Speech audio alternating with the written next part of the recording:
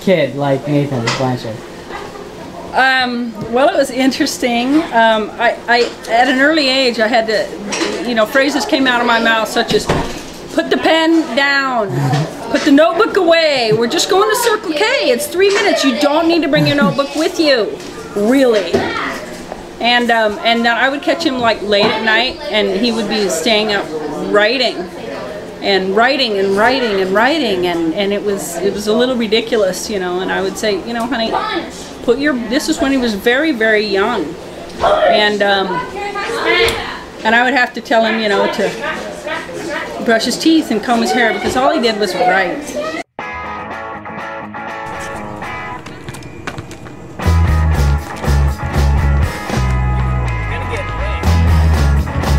Hi, I'm filmmaker James Willis. Recently, I was granted an interview with reclusive writer Nathan Blanchard. At only age 15, Nathan Blanchard has written and published 11 novels. Should say something about the community. The funniest thing Nathan Blanchard ever did was he went parkouring in an empty ditch, and he completely face planted into the mud. We grew up in Gilbert, Arizona. Yeah, we moved to Flagstaff when I was 15.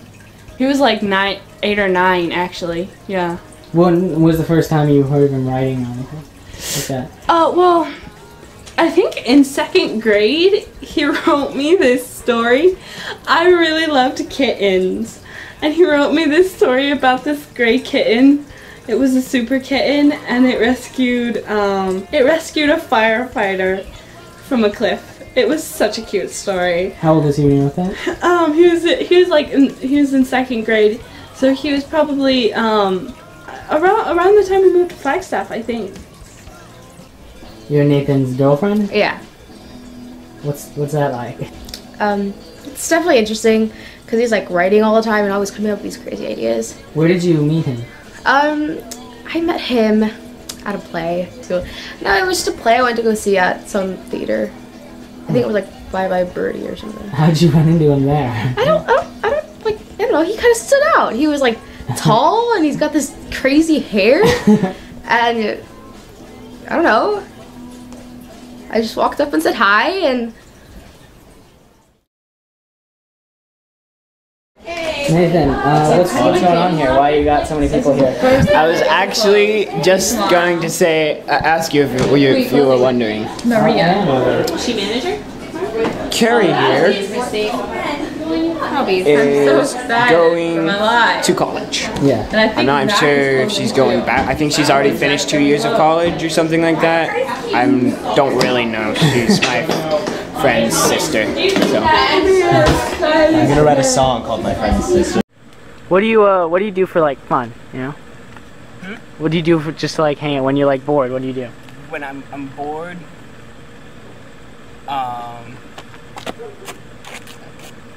so he's usually around for.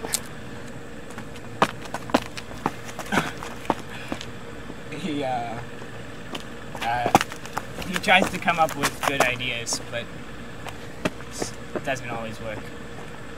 He was it was just about as crazy as that right there, because he had been eating the sugar packets because our meal had taken just so long to get there, and you know how sugar packets, the idea of eating them just makes you, feel like you're hyper. Really, okay, I'm bunny trail. This is Collins neighborhood. I live in Flagstaff, AZ. It's about 2-3 hours from here. that was fun. What's it like having Nathan as your friend? It's like more fantastic than you could possibly anything imagine. you could think about. It's like when you buy a giant house for the first time and it's full of valuable, priceless furniture. And then you just want to run around naked. And children's picture books. And then you get to set it on And there's fire. a cow in the backyard that gives golden milk. And there's a room full of money. Can't make any sense of it or decide whether or not you're going to drink it. That's what it's like associating with it. Like on What's American what's the like longest time it's taken you to write a book? I mean, you've written what, 5 books? myself or what my cousin and I have done together, because we've written 6 books overall. Your cousin and you have written 6 books? Well, combined, because I wrote 3 of them. How many solo books have you written again? Solo books? Yeah. Yeah, I think 5's right.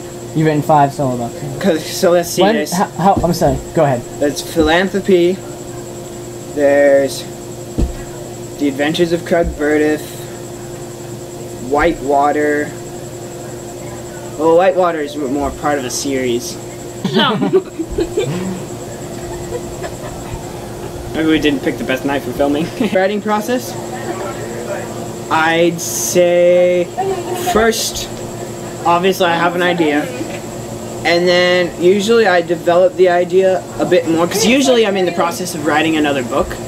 And so as I'm writing that book, I'm also thinking of the next book I'm writing, which is basically the first book of that, the first step of that book. And then, so when I actually start writing that book, then, you know, it's already partly developed and I can start right into it. And then you get like 2 or 3 chapters in and it starts to kind of, because you're like, you want to get to the more exciting parts. Talking with your mouth open, that's bad. At least I do in writing. And so I have a real problem writing that midsection, kind of like character development and development of plot and stuff. I have a good hard time writing all that. And then you try to get more to the action, more of an action-oriented. Yeah, I'm more action-oriented than I am like description. Like, you know, some other writers have like 5 pages of description for one room, and I'm just like, I don't do that kind of thing. I'm not into that. I don't like reading it even. And so I find sometimes I have a problem trying to describe certain things, and I can't get it right in my brain, and so I just have to stop writing for a bit, like an hour, and I can do that because my schedule's pretty open, right? Bye. Your butt's wet. I know my butt's wet. Shut up. Writing style. Come on, please just I like how J.R.R. Tolkien like stops sometimes and he like literally talks to the readers. I do. You may notice that I have some of that in my book, not as much as him because I don't think I'm quite as good as him because, you know, I'm not him. Let me tell you a few things about this guy right here. That's the first one. He will not use salt and pepper independently of each other, regardless of what the recipe calls for. That's not true. Will not use Kleenex that isn't light blue. That's not true either. On the inside, on the back of his teeth, he has binary encodings of his first and last initials. That is true. And his favorite drink is Diet Mountain Dew. This is normal Mountain Dew.